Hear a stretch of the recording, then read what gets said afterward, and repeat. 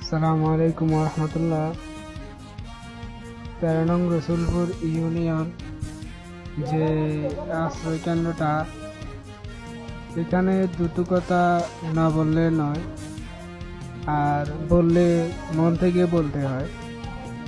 আমি মন থেকে বলি, আমরা 13 নং রসুলপুর ইউনিয়নে যে ত্রাণ বিতরণগুলো যেভাবে আমরা কাঁধে কাঁধ মিলিয়ে কাজ করতেছি, আগামী দিনেও যেন আমরা এভাবে কাঁধে কাঁধ মিলিয়ে কাজ করতে পারি।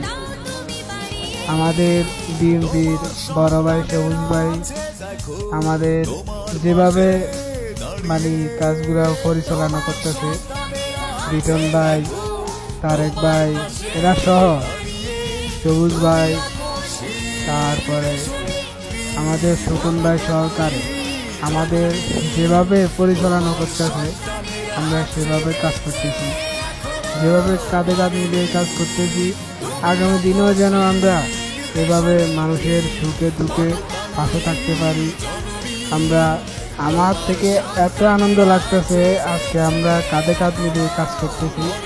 আগামী দিনগুলো যেন আমরা কাঁধে কাঁধ মিলিয়ে কাজ করতে পারি। আল্লাহর নাম নিয়ে আমরা যেন সামনের দিকে দিনগুলো সুন্দরভাবে চলতে পারি।